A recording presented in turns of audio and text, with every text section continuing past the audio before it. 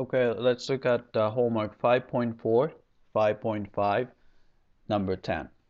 All right, so first we need to choose the correct region. Right, so you have e to the 0.5x. So it's a increasing exponential function. So let's look at that. So it seems like this is promising right there. Right, but this is not an increasing exponential function here. So that's not going to be it. And there are more pictures. Right, this one is decreasing. That's not it. So it's going to be either this one or the first one. So we're going to go up. Right. And another thing is that you have a negative 1 over x. All right. So this is going to be negative. So this guy is actually positive. So that's not going to be it because it's above the x-axis. All right, this one looks promising, so maybe we should choose that one. All right, then so the area is going from let's see, 1 and 2. So it looks like this is here. The vertical line right here, it's x equals 1 and x equals 2. So definitely this is going to be the one. All right. So let's sketch the let's find the area. All right. All right. So this is the region we chose. So let's go along with this guy. Right. The top curve is f of x. So this guy is f. Right. The bottom curve is g of x. So that's g. And this is 1 to 2. Right. So the area is going to be integral from 1 to 2. Right. 1 to 2. Right, top guy is e to the negative, 0.5x, so e to the 0.5x, minus the bottom guy is negative, so I'm going to turn into positive at 1 over x, right? Then dx, right?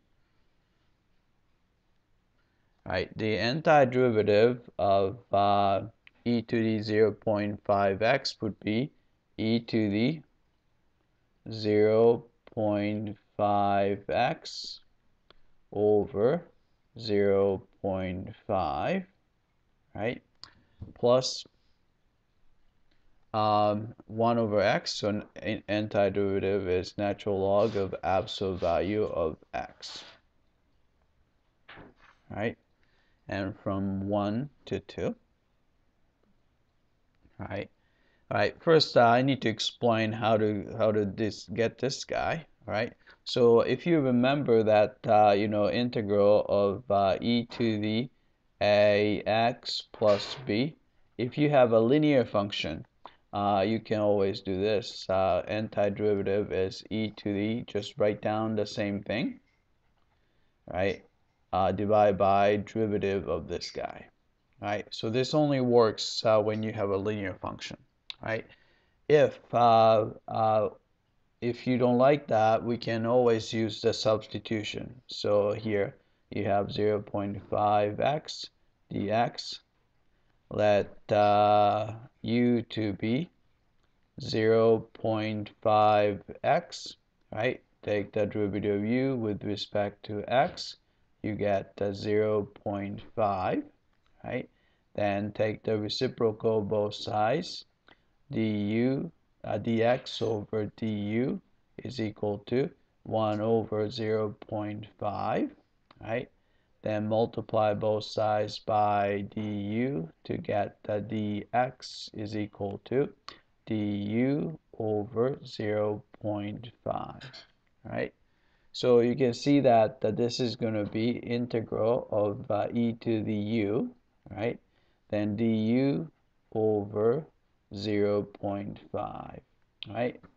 But antiderivative du is e to the u is e to the u, and you have a constant 0.5 plus some constant c.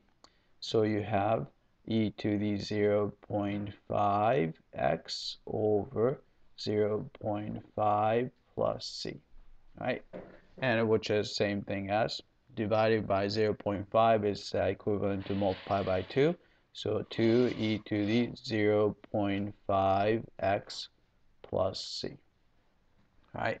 So that's why we have that. Maybe we should divide it by 0.5. It's equivalent to multiply by 2.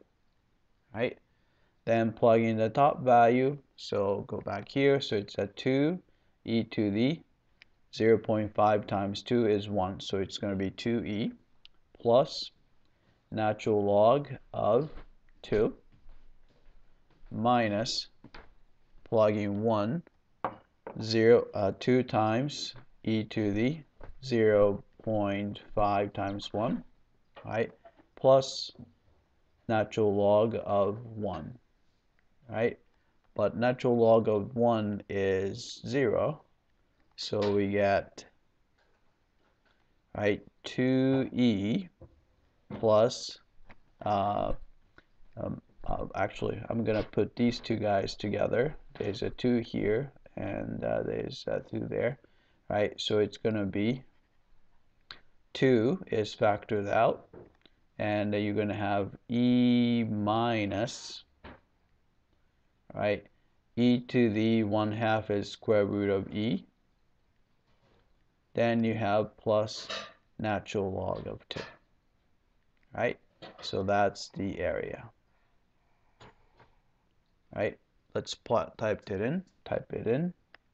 All right, the area we found was 2 times e minus square root of e